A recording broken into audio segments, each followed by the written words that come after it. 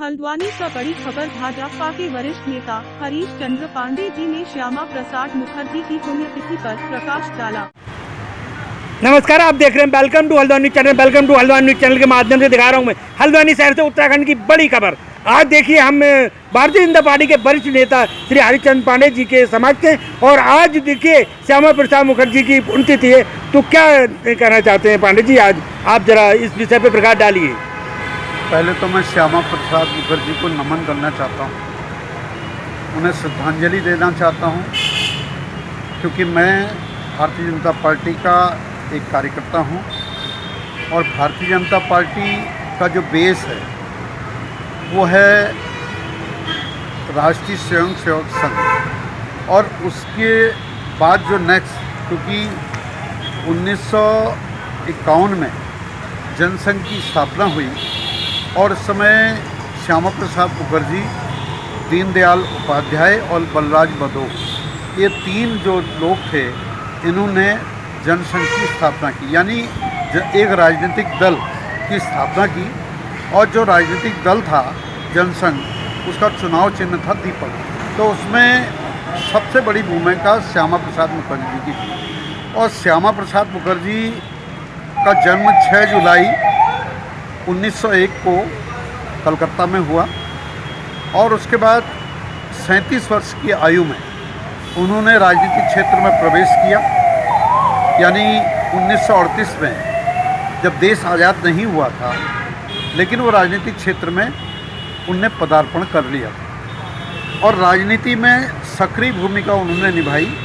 वो वकील थे, एडवोकेट रहे और उन्होंने लंदन में जाकर भी पढ़ाई करी, गणित की विशेष पढ़ाई करी थी। कहते हैं कि किसी न किसी षड्यंत्र के तहत, क्योंकि वो राजनीतिक क्षेत्र में उभरते सितारे थे और उन्होंने इस देश के लिए बहुत बड़ी कुर्बानी दी, बहुत बड़ा संघर्ष किया और एक नई विचारधारा को जन्म दिया था श्यामा प्रसाद मुखर्जी ने।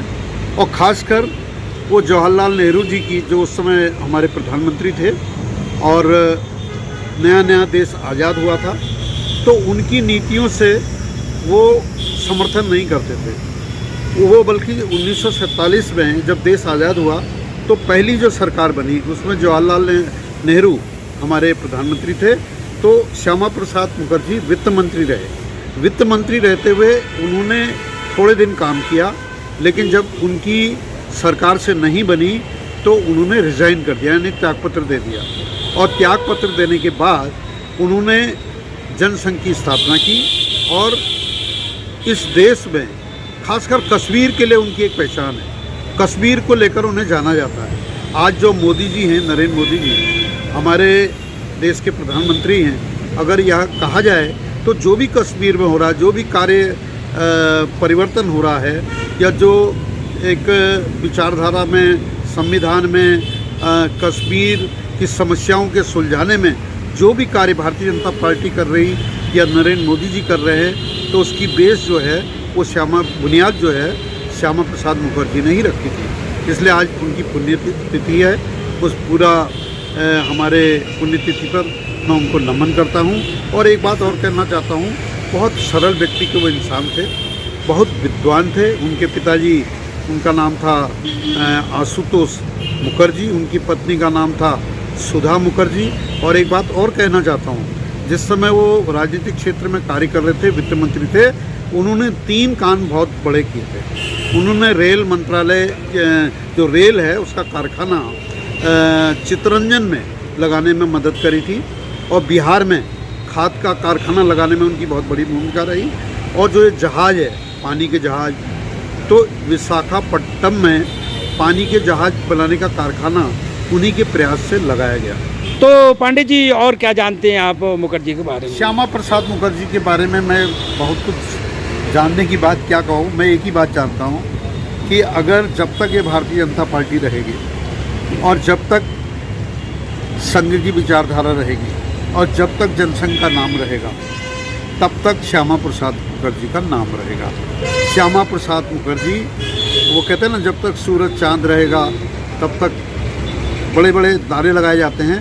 तो श्यामा प्रसाद मुखर्जी का नाम अमर है इस बात के लिए, क्योंकि उन्होंने खासकर एक बात कही थी कि इस देश में 2 संविधान, 2 कानून, 2 प्रधान, 2 निशान नहीं होने चाहिए।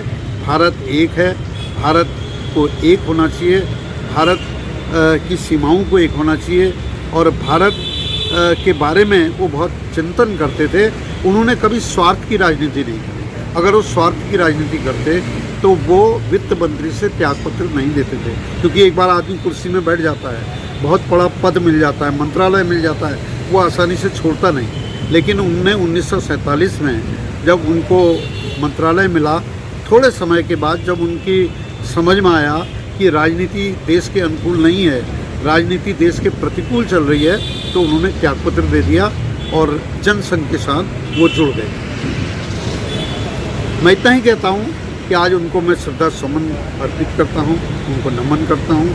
श्यामा प्रसाद मुखर्जी की आज पुण्यतिथि है। 23 जून 1953 को उनकी मृत्यु हुई थी और 6 जुलाई 1901 को उनका जन्म हुआ था। और इतना ही कहना चाहूँगा कि 52 वर्ष की उम्र में वो इस संसार से चले गए, लेकिन 52 वर्ष की उम्र में उन्होंने वो काम किया जो उनके कार्यों को हमेशा भारत याद करेगा, देश याद करेगा। और राष्ट्रीय कार्य उन्होंने किया, राष्ट्रवादी इंसान उनका हमेशा नमन करेगा, यही बात मैं कहता। तो मैं कह रहा था कि उन्होंने जो पढ़ाई करी, लंदन से पढ़ाई करी। और सबसे बड़ी बात क्या है, एक नारा जब मैं बीजेपी का अध्यक्ष था हल्द्वानी में, 1990 की बात है, तो हम लोग राजनीतिक क्षेत्र में हमने बहुत काम किया। तो हम कहते थे जहाँ हुए बलिदान मुखर्जी वो कश्मीर हमारा है। ये बात हम इसलिए कहते थे क्योंकि 1951 में जब जनसंघ की स्थापना हुई, उस समय बलराज मधोक, श्यामा प्रसाद मुखर्जी और दीनदयाल उपाध्याय जी ने जनसंघ की स्थापना की। वो कहते थे कि इस देश में 2 प्रधान, 2 निशान, 2 संविधान किसी भी कीमत में और 2 किसी भी प्रकार से स्वीकार नहीं किए जाएंगे। ये बात उन्होंने कश्मीर को लेकर कही, क्योंकि कश्मीर का कानून अलग बनाया था जवाहरलाल नेहरू ने, और उन कश्मीर की व्यवस्था अलग की हुई थी। वहाँ का 370 वहाँ पर धारा लगी हुई थी, 37A धारा लगी हुई थी। तो उसको समाप्त करने के लिए एक बार क्या हुआ, श्यामा प्रसाद मुखर्जी आंदोलन करते करते वहाँ एक जम्मू की एक राजनीतिक दल था, उसका नाम था प्रज्ञा परिषद, राजनीतिक दल था वो, प्रज्ञा परिषद पार्टी। तो उसके साथ मिलकर उन्होंने 8 मई को जम्मू में कूच कर दिया और जम्मू में कूच करते हुए सीमा पर उनको अरेस्ट किया गया। जब उनको अरेस्ट किया गया तो उनको कारावास में डाल दिया गया। कारावास में 40 दिन रहे वो श्यामा प्रसाद मुखर्जी। और जो आज पुण्यतिथि है 23 जून 1953 को उनकी मृत्यु हो गई। और आज भी ये एक सस्पेंस है कि उनकी मृत्यु